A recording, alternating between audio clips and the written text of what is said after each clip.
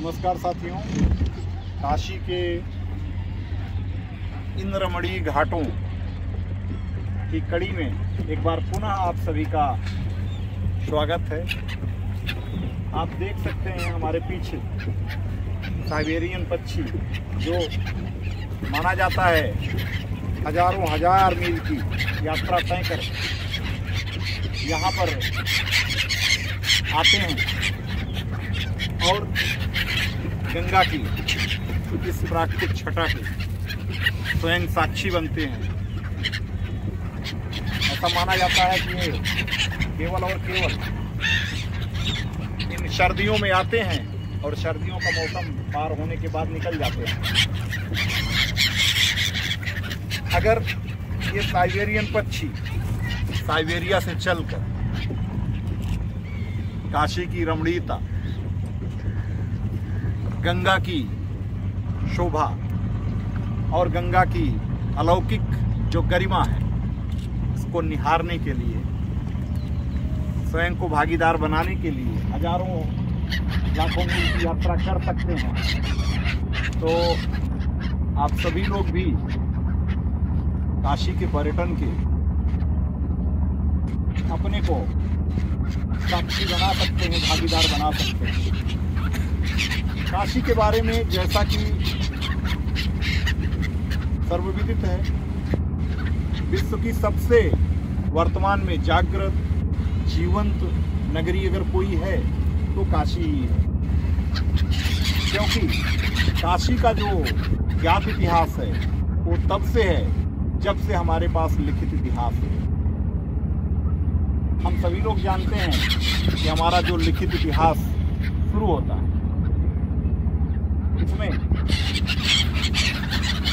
16 महाजनपद, जिनको षोडश महाजनपद के रूप में जाना जाता है, जो पूर्व बुद्ध काल के हैं और तब से सक्रिय रहे हैं। उन 16 महानगरों में नंबर 1 पर जो है नाम, वो काशी का आता है। बाकी सारे महानगर, वो मैं अगर अपनी स्मृति को ताज़ा करना चाहूँ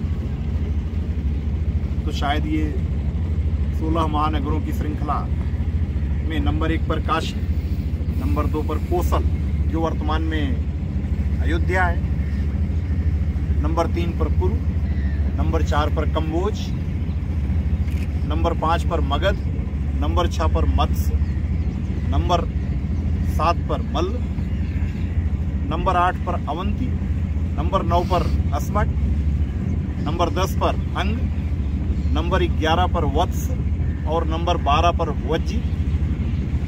वत्स और वज्जी ये दोनों गणराज्य थे। इनके अलावा नंबर 13 पर शूरसेन जो वर्तमान समय में मथुरा है, नंबर 14 पर चेदी, नंबर 15 पर पांचाल और नंबर 16 पर गांधार। ये 16 महाजनपद आते हैं। इन 16 महाजनपदों में पहला नाम काशी का है। काशी के इतिहास को केवल यहीं से नहीं देखा जा सकता। आप और पीछे जाएंगे तो महाभारत काल में ये सर्वविदित तथ्य है, लिखित इतिहास में है। काशी नरेश की ही 3 पुत्रियां अंबा, अंबे, अंबालिका थी, जिनको गंगा पुत्र भीष्म कभी अपने सौतेले भाइयों के लिए यहाँ पर स्वयंवर में आए थे और उनके लिए तीनों को अन्य उपस्थित क्षत्रिय नरेशों को पराजित कर विवाह हेतु ले गए थे, जिसमें बाद में अंबा ने भीष्म से शादी का प्रस्ताव किया। क्योंकि उन्होंने आजीवन ब्रह्मचर्य व्रत धारण करने की प्रतिज्ञा कर रखी थी, तो उन्होंने मना कर दिया। जिसके बाद का एक अलग इतिहास है कि कैसे उन्होंने तपस्या करके अपने शरीर को अंबा ने गलाया और कैसे अपने अगले जन्म में शिखंडी के रूप में महाभारत के युद्ध में गंगापुत्र भीष्म की मृत्यु का कारण बनी। ये पीछे के पौराणिक कथा, महाकाव्य कथा को बताने के पीछे उद्देश्य यह है कि काशी की जीवंतता आज से नहीं है, वो सहस्राब्दियों से है। हमारे लिखित पौराणिक ऐतिहासिक दृष्टांतों से है, हमारे लिखित पौराणिक ऐतिहासिक महाकाव्यों और अन्य ग्रंथों के समय से है, और एकमात्र जीवंत महानगरी है, जिसे मैंने बताया, जो कभी समाप्त तो नहीं हुई। काशी का जो अलौकिक सौंदर्य है वो इसके घाटों पर ही उभर कर सामने आता है। सुबह बनारस का सही रूप में अनुभव करना है तो काशी के इन घाटों की यात्रा करें। आप चलते रहें, आप काशी के इन घाटों में पाएंगे 80 घाट कहे जाते हैं कि काशी में 80 घाट हैं, लेकिन वस्तुतः इनकी जो सक्रिय घाट है इनकी संख्या 84 है, जिनमें आदिकेशव घाट से लेकर आपका संत रविदास घाट, संत रविदास पार्क घाट जिसे बोलते हैं, वहां तक घाटों की संख्या जो सक्रिय हैं, जहां लोग स्नान ध्यान व्रत पूजा करते हैं, 84 है। इन सारे घाटों में आप देखेंगे एक अलग किस्म की ही अलौकिक छटा आपको दिखाई देगी। यहाँ पर किसी भी रूप में आपको ऐसा नहीं महसूस होगा कि कहीं भी लोग नहीं हैं या कहीं पर उपस्थित नहीं है। आप इनकी श्रृंखला को देखकर पाएंगे कि लोग काशी में आराम से अपनी सुबह और संध्या दोनों की उपासना काशी के घाटों पर करने के लिए विद्यमान मिलेंगे।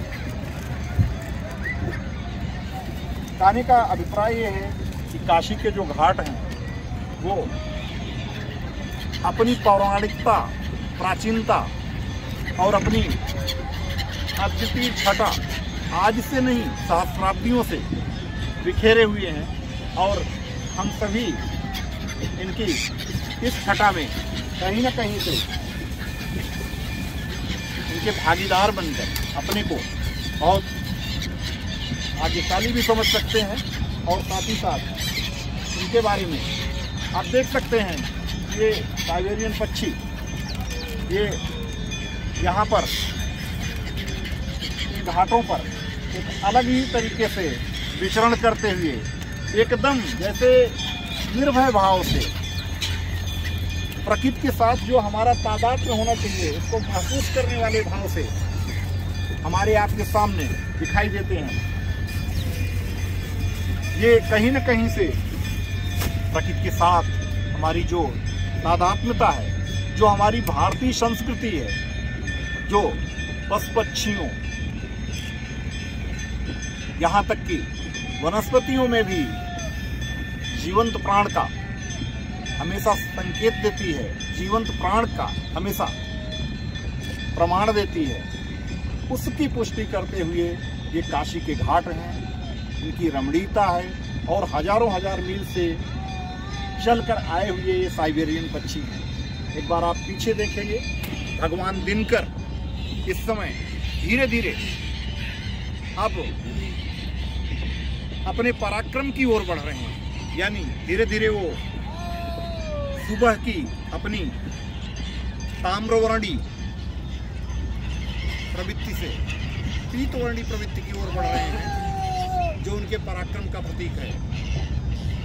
और शाम को पुनः जहाँ से वो शुरू किए थे वहीं पर पुनः प्राप्त हो जाएंगे, यानी पुनः ताम्रवर्ण के हो जाएंगे। ये इसके माध्यम से भी हमें जीवन में संदेश मिलता है।